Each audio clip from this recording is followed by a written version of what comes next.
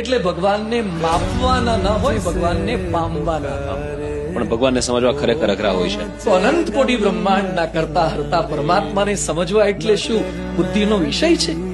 શંકરાચાર્ય એમ બોલ્યા કે મારું જ્ઞાન તો તણખલામાં દરિયાનું પાણી લીધું અને પછી આમ છાંટો નાખ્યો અને કે મારું જ્ઞાન તો તણખલા પર ચોટેલા પાણીના ટીપુડી જેવું છે અને ભગવાન તો અગાધ સાગર છે. ન્યૂટન એમ બોલ્યા કે જયારે અંગૂઠાની છાપ જોઉં છું ત્યારે એમ લાગે છે કે ભગવાન સિવાય માનવ શરીર કોઈ બનાવી શકે નહીં. આઈન્સ્ટાઈન એમ કે છે do not believe in God is man's monstrosity. ભગવાનમાં ન માનવું એ માણસનું રાક્ષસીપણું છે. આવા અનેક સાયન્ટિસ્ટ લોકો, અનેક બુદ્ધિશાળીઓ કે જે ભગવાનની નજીક જાય છે ત્યારે ખબર પડે છે કે આ કંઈક જુદું જ તત્વ છે.